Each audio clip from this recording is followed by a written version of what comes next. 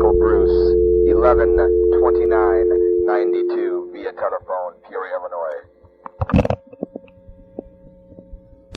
Hello. Dial again.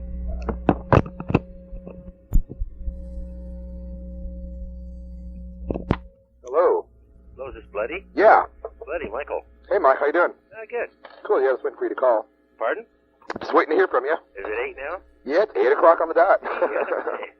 Yeah, I want to do this interview for Pop Magazine. Sure. This will be for the issue that comes out in March. There's kind of a delay going on right now because of some financial deal, but anyway, I can get some copies out to you when it's done and everything. Great. Too. Did I give my address?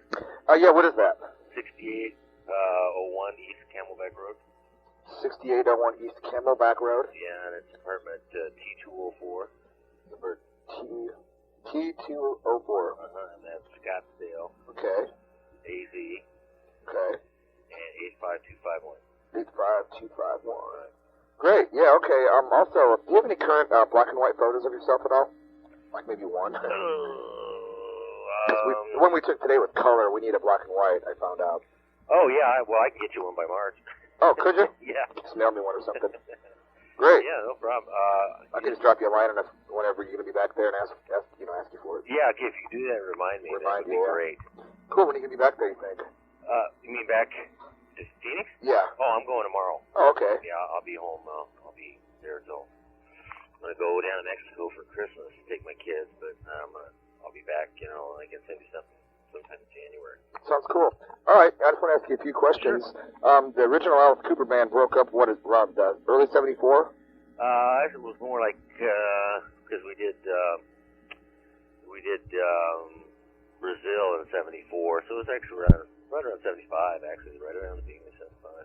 Okay, so when you guys actually parted ways, were you on good or bad terms with Alice then, or how would you classify it? Things had worn pretty thin. We had realized that basically we had decided to take a year off from touring and recording, and during that year I wanted to do some solo stuff, and Neil did too. And Chip Gordon said, well, that basically, if you do some solo stuff, Alice can do some solo stuff. Well, I didn't think much of that until I found out that Alice had rented a sound stage and hired dancers, and Bob Ezra was producing the album. Dick Wagner and all of our roadies was taking this whole thing on the road, as Alice Cooper, and basically you didn't really clone the band. A solo project was more like something personal, not basically doing the band trip. So basically, he kind of screwed you guys over. Yeah. So after that album came out, Welcome to My Nightmare, then we basically said, we're gonna sue you and get an injunction. And last weekend we realized the band isn't going to get back together. Let's do one. We got together and decided to do one farewell album. Oh, and Muscle of Love? Huh? That Muscle of No, Love? this is after Muscle of Love, right. Greatest Hits. This is after he toured on Nightmare. Oh, okay. We were going to do one, the last Alice Cooper, so that everybody else could make some money and get comfortable and take care of, everything. Exactly. And Alice agreed. We all met in Detroit, and when he played Welcome to My Nightmare in Detroit. His lawyers, basically, after he finished touring and going to Australia and doing his whole thing, he reneged. I see. And then the basis of the material that Neil and I and Dennis worked on became the Battle Axe album that Neil and I did. Oh, I see. With Dennis, because we had all this material worked up, and then basically we just decided that, well, let's go ahead and do an album of that material that we had worked on. So was Battle Axe, was that the name of the band? Or no, was but the name Babies? of the band, we took $1 Billion Babies. Okay, right. So Battle Axe was your first album. Right. Yeah, Polydor. And so, yes, things had worn pretty thin. Okay, I see. So what happened to the rest of the band between now and then? I mean, just briefly or whatever. What's everybody doing now? Glenn has been having some personal problems with his personal life, i.e., some alcohol problems and whatnot. Yeah. I got married and had 3 kids, and basically raising a family. Right. And Neil has he got into real estate, and he's been doing very Neil and Dennis actually did some things with the band broke up. Well, after the Band of Our Babies project, they got together and did some things with, I think, the Plasmatics. Yeah. Remember we were talking about that? Beyond the Valley of 1984. Also, the guys, the heavy metal midgets, as we call them, Blue Oyster Cult. Oh, really? Yeah. Heavy metal midgets, huh? Yeah, that's what we used to call them. So what, Neil played for them with them, or? Well, he wrote some songs with them, I guess, and jammed with some of the members of the band. Then Neil and Dennis, they had a band called Flying Tigers for a while, and then he did a thing with Dennis called Dead Ringer. Oh, I see. And now he's doing real estate, and I think he's still playing, and Dennis owns a video store, I believe. Oh, really? They're doing that, yeah. And Vince is still Ellis. Right, exactly. He doesn't know what he's doing. Really. Trying to figure out how to make a tour happen, I think, and yeah. some more records. I got a few other questions that my bass player in my band, he's like almost 40. He's a huge hardcore Alice Cooper fan, and he's a bass player. He wanted me to ask you a couple questions. Was Alice really the biggest partier of the band during the heyday? You guys were really? Oh, no, not at all. Really? Who was? No, well, I suppose Glenn, I'd say, maybe, and then myself, maybe. Really? Perhaps. You guys the biggest hellraisers of the band? Well, not hell around, I say partiers. I mean, like, drinking and drugging, probably. Yeah. When Neil threw a Coke machine down a stairwell once, we got real upset because his wife couldn't make it into town. Yeah, I read about that, about Green Book. Yeah, that was pretty intense. But, no, Alice, he pretty much stayed to himself, pretty quiet. He drank with himself, or what? Yeah, he drank with himself. And then Dennis was pretty much really laid back. He'd go to his room with his wife, Cindy, because she traveled with us on the road. Oh, really? But, yeah, because Neil, excuse me, Dennis is married to Neil's sister. Oh, really? And she made all our costumes. Uh-huh. She was the seamstress and clothes person, wardrobe I lady. didn't know that. And, yeah, that was basically most I'd say. Yeah, you know how the media makes it out. Of course, he was the center of the attention a lot of times. Oh, yeah. So, of course, they made him out to be the... what is your favorite Alice Cooper album while you were in the band? Well, I really enjoyed Band of Our Babies, but I'd have to say Killer, probably. Yeah. We really wanted to know that one. Yeah, that's, we're talking to some people today, and a lot of them felt the same thing. It was like, somebody like Love It to Death or Band of Our Babies, but seemed like most of them said, but Killer is my favorite. Yeah. It really had a strong theme and a real coherent feel to it. Yeah, it's a classic, definitely. And so does School's Out, but I think School's Out is a little more satirical, the school thing, Yeah. Killer was your pure Alice Cooper. Killer. A lot of showbiz yet, Oh, we talked about Brazil and stuff, and I know you guys have been banned from countries and stuff. Would you guys feel, or would you personally feel about being banned in other countries? What did it make you feel like? Well, I thought I didn't think it was deserved. I think it was just, press that got, Yeah. like when we were banned in some cities in the States, part of that is good publicity. Right. Because some cities that don't want you, like Binghamton, we had a big problem there. We eventually did play there. Where's that at? Binghamton, New York. Oh, okay. That fueled the reputation and everything else. And then, of course, you could always go to a big city, and if they didn't have any problem, we did. I see. It's got to be pretty. But I don't really think it was deserved. I mean, we didn't really do the stuff that we did was, by a lot of standards today, relatively mild. But I guess we were just some of the. You guys are paving the way, man. Yeah. For more than one type of music, Yeah. Yeah, the original punks, man. Innovators. Oh yeah, definitely. The $1 Billion Babies band. What year did that start? 76. You mean with Neil and Dennis? Yeah. Let's see. After the band broke up in '75, I did a solo album in '76, '77. So I think it was 77, 78, something like that. Okay. And that was with the original band members, Yeah. without Alice. Yeah, without Alice, everybody, and not Glenn, because Glenn was doing other things. Yeah. You mentioned that you had a new band together. Are you thinking about it or something? Well, I've had a band together myself. A fellow that I worked with in Phoenix, called Josiah Bruce. That's Josiah,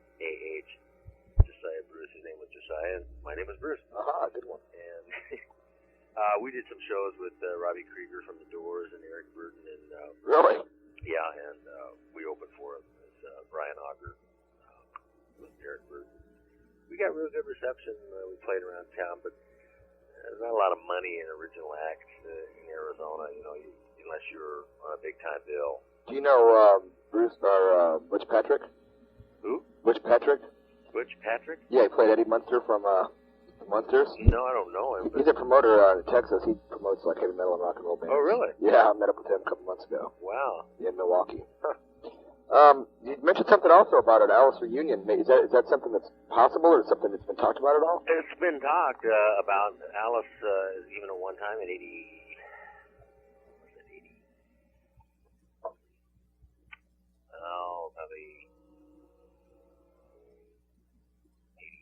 got together with Neil and Dennis and jammed, and of course he was going, through a lot of problems with his drug addiction.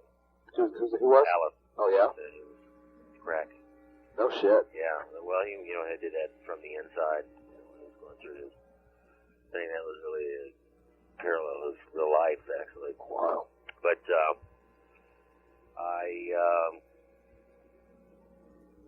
I think that it's possible. It just depends on, I know Glenn has gone through some problems, but I think it would even actually help if he had some goal to work towards. I know Neil and Dennis and myself would be interested in it. It really just depends on Alice. He has really turned, I don't know if intentionally or unintentionally, sort of a deaf ear towards anything to do with the form of band. Really? On a musical level, he's, I've gone down to see him, and Alice and Neil has, I know, and I think Dennis went down to see him once at some of the shows. And of course, he's friendly and says hi and everything, but he's not the kind of guy to call you up and, get in the studio with you. Yeah. And invite us down to play on any tracks on any of his albums. That'd be kind of cool. Nobody's done any recording with him at all. That's wild. And so if it happened, do you think it'd be '94 maybe? Well, it could. Craig Moore was talking about that 94 will be eligible for the Hall of Fame. I heard that Warner Brothers is going to put out an anthology next year sometime. Cool. Because it's a 4 CD box set or something like Too that. Good, man. So it could lead to that. It just really depends on Alice. If he can, realize that stuff that we did in the old days was classic, and that we were not just another one of his bands. Right. We were the innovators of all of that. If he could, maybe stop long enough to not worry about taking credit for everything, and just get together and do it. Right. And not worry about what people might think or whatnot.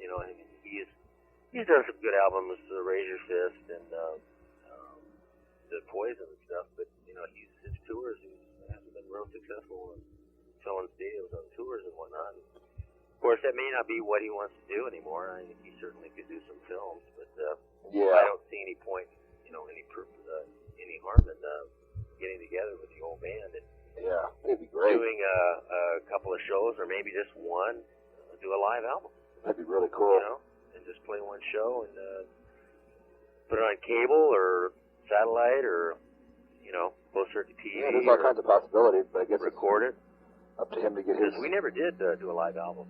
Yeah, he put that one out, but it wasn't with you guys. No, it wasn't. That was Hunter Wagner, and that was poorly recorded, very poorly recorded. Yeah. Which is incredible. I mean, they certainly had the money and the wherewithal to do all that, and it didn't hold up. I think that was the Alice Cooper show.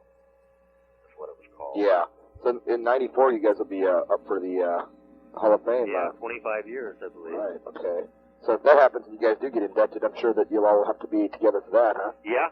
If they induct the group, I hope that they would induct the whole group and not just Alice. I mean, Craig pointed out that when Hendrix was inducted in the Hall of Fame, it was the Jimi Hendrix Experience, so it probably hopefully be the Alice Cooper group.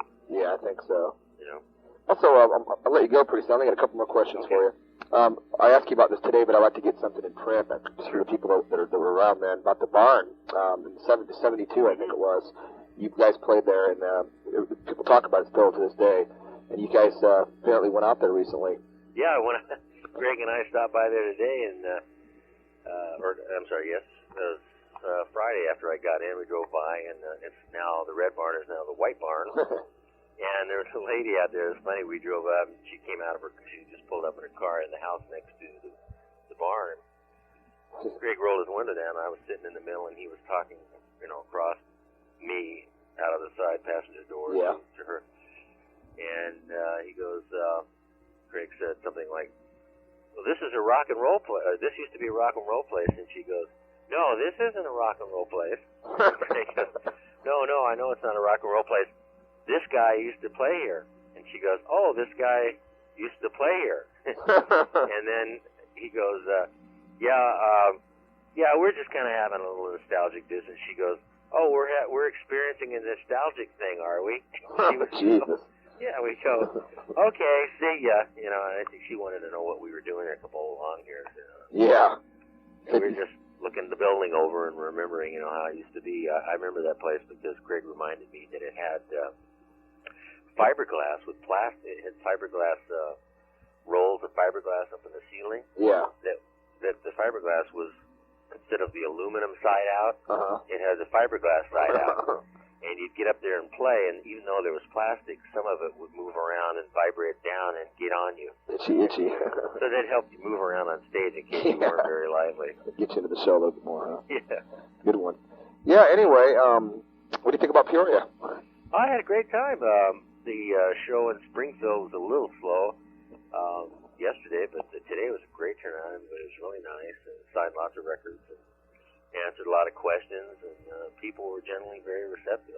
I look forward. Craig said there might be a show sometime maybe in April, and I look forward to coming back. Oh, great. If things work out. Yeah, too good. Also, I hope you enjoy that Bloody Mess in the Scamp CD. Well, yeah, I will listen to that when I get home. That's actually a split compact disc. One of it, there's a heavy metal band on there with us as well, so we're like the last 10 tracks, I think, or the last 15 are ours. I'm not sure one or the other. That's a subtle name. Yeah. Yeah, we got our third record's coming out here next week. Yeah, you guys ought to have your album cover could be a big Band-Aid, and when you peel it off, pus could come out. That'd be killer. Yeah, really. It would be great. Bloody Scabs featuring pus buttons. With real live pus. Very you can play with. Yeah, you can squirt it out at the audience. Hey, we're looking for a guitar player. I got credentials. Yeah? Well, maybe we can jam. Next time when I come out, I was telling Craig maybe I'll drive I got an RV type vehicle, and I said maybe I'll throw my gear in and just come out and take a month off and come out and crank her up. That'd be fun, man. That'd be a lot of fun. That'd be real cool. We could maybe do a song in like a 4-tracker in the studio or something. Oh, that'd be great. Maybe do a show at one of the clubs or something. Yeah, like an open stage type deal. The worst of. Yeah. Craig could certainly get it together. Yeah, that would be good. He could do it. If anybody could. Hey, one more thing. My buddy Kevin, the one that's a hardcore fan of yours, he wants to know if there's any way you're going to be around to get any records signed tomorrow, like up at the record store or anything. Yeah, I could do that. He'd love it, man. He'd kill. I'm not leaving till 4:30. Let me ask Craig. Craig? This is Bloody. Oh, my God. Bloody abortion. He's asking if one of his friends wanted to know if I'd be at the store, and I'm not leaving till 4:30. You'd be up there tomorrow. What time do you have that idea? You were going down the road.